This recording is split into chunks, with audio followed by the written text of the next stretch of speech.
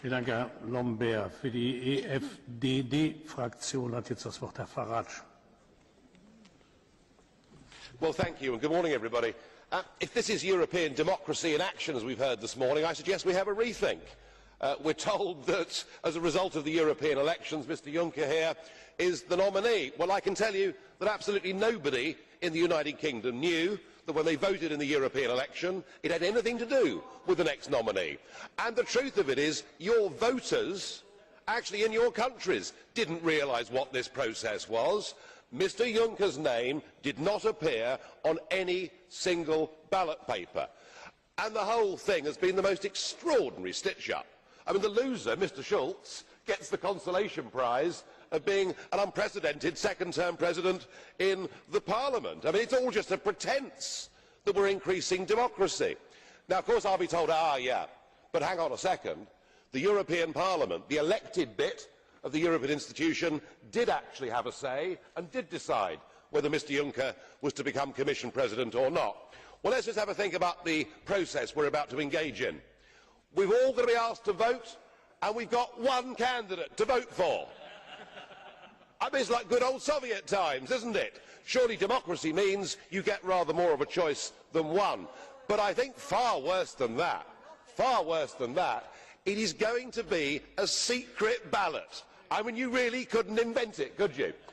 Hard on the heels of a European election, our voters are not going to know how any of us have voted. And I would say to you, Mr Schulz, as President of the Parliament shouldn't vote in secret. The whole point of being publicly elected representatives is we should be held accountable for our actions to our own voters, and to be asked to vote in secret, I think it's a huge insult to voters to ask us to vote in secret. Now, I would have thought, after the huge advances in the Eurosceptic vote, there might have been a rethink somewhere in Brussels, but clearly that was not to be. Mr Cameron had a brief go and tried to oppose your candidacy, but he was busy succeeding with reshuffles in Britain, but failing with reshuffles here. And Mrs Merkel, of course, crushed him, because what the German Chancellor says goes in the modern Europe. So what of our nominee? Well, on the plus side, Mr Juncker, you are a sociable cove with a very much better sense of humour than most people I've met in Brussels. And there's no question that you are a political operator, and you've even managed to, over the last couple of weeks, as you've gone round the political groups, change the mood music a bit. You've said that you don't believe in the United States of Europe. You don't believe in a common European identity. But I have to say, I didn't believe a word of it. And today you've proven that actually you're stuck back with the ideas of the old Europe. You talked about Monsieur Delors being a hero of yours. Well, I can understand that from your perspective. But you also talked about Mr Mitterrand and Mr Kohl as being heroes of yours. I would have thought a wartime collaborator and somebody who left German politics under a huge cloud of a massive party funding scandal should not be the kind of people that we should stand up as great models of virtue in modern Europe today. You talked about the need for a common foreign policy and security policy.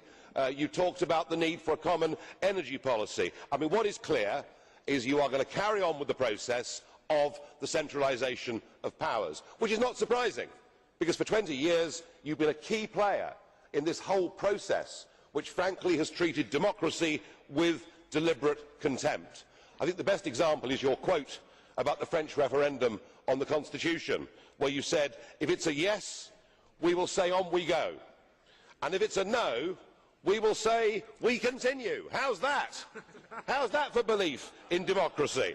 And your dedication to the project is, well, it's unchallengeable. I mean, you've said before that when it becomes serious, you have to lie. So in many ways, I suppose, you are the perfect candidate for a lot of people in this House, and I've no doubt that you will get the nomination. But we are being asked to vote for the ultimate Brussels insider, somebody who has always operated with dark backroom deals and stitch-ups, and I have to say that our group overwhelmingly will vote no. We don't want business as usual, we want real change. And you said at the end of your speech, this is not the time for a revolution. I put it to you, there's already been a revolution. There's effectively been a coup d'etat on nation-state democracies without people realising what was being done to them. And these elections, the Eurosceptics may not yet have a majority in this House, but please don't think we're over, because the vast majority of European people don't want a European state, don't want a European Commission to be the executive, don't want that flag and don't want that anthem. So you'll get elected and we'll enjoy doing battle over the course of the next year or two.